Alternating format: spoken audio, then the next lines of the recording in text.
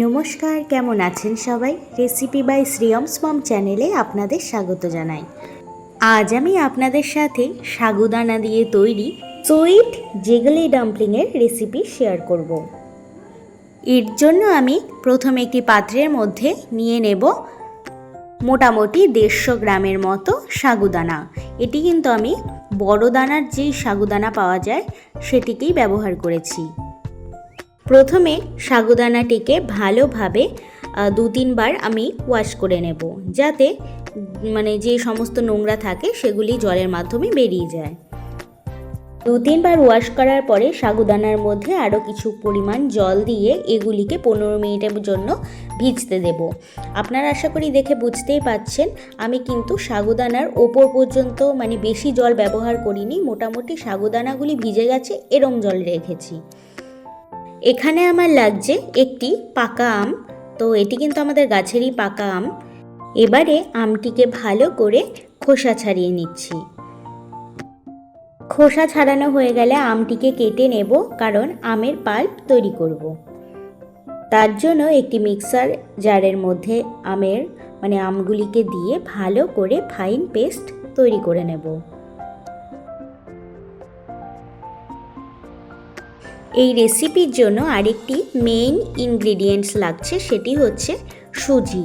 এটি কিন্তু মিহিদানার যেই সুজি পাওয়া যায় সেটিকেই ব্যবহার করেছি।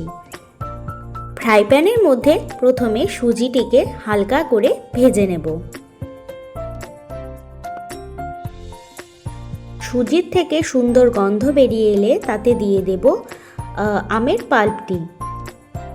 এবারে দুটো উপকরণকে ভালোভাবে মিশিয়ে নেব। আমার আমটি কিন্তু ভালো মিষ্টি ছিল, তাই সেই বুঝে আমি চিনির ব্যবহার করিনি। তো আপনারা আপনাদের আমের টেস্ট বুঝে তারপরে সামান্য একটু চিনি ব্যবহার করে নিতেই পারেন। তো আম সুজির মিশ্রণ আমার একদম তৈরি হয়ে গেছে। এবার সাগুদানা 15 মিনিট হয়ে গেছে। তো আমি কিন্তু এই আম সুজির মিশ্রণটিকে মাঝখানে দিয়ে সাগুদানা দিয়ে চারিপাশ থেকে র্যাপ করে দেব। দেখে মনে হচ্ছে না পুরো ডিমের কুসুম আর ডিম? যাই হোক, দেখতে কিন্তু অপূর্ব সুন্দর লাগে। বাচ্চা থেকে বুড়ো সবারই দৃষ্টি আকর্ষণ করবে। আশা করি কিভাবে আমি চেপে চেপে এগুলো দিয়ে বল বানিয়ে নিচ্ছি আপনাদের বুঝতে কোনো রকমের অসুবিধে হচ্ছে না। এরম 2 হাতের সাহায্যে ভালোভাবে চেপে চেপে কভার করে নেব। আমি আপনাদের সুবিধার জন্য আরও একটি বানিয়ে দেখিয়ে দিচ্ছি।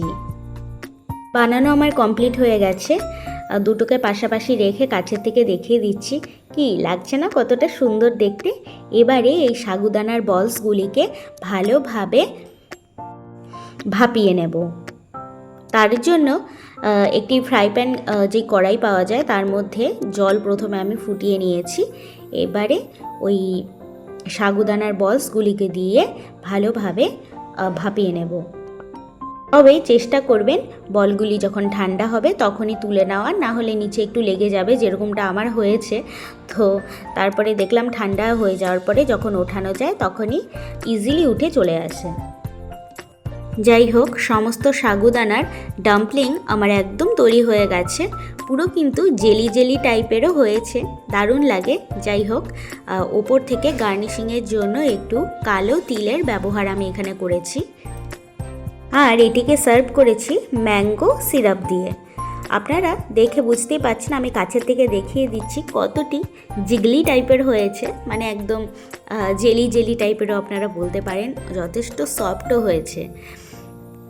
অবশ্যই বাড়িতে এইভাবে একবার মজাদার জিনিস বানিয়ে খাবেন, আপনাদেরও ভাল লাগবে, দেখতে অপূর্ব সুন্দর লাগে।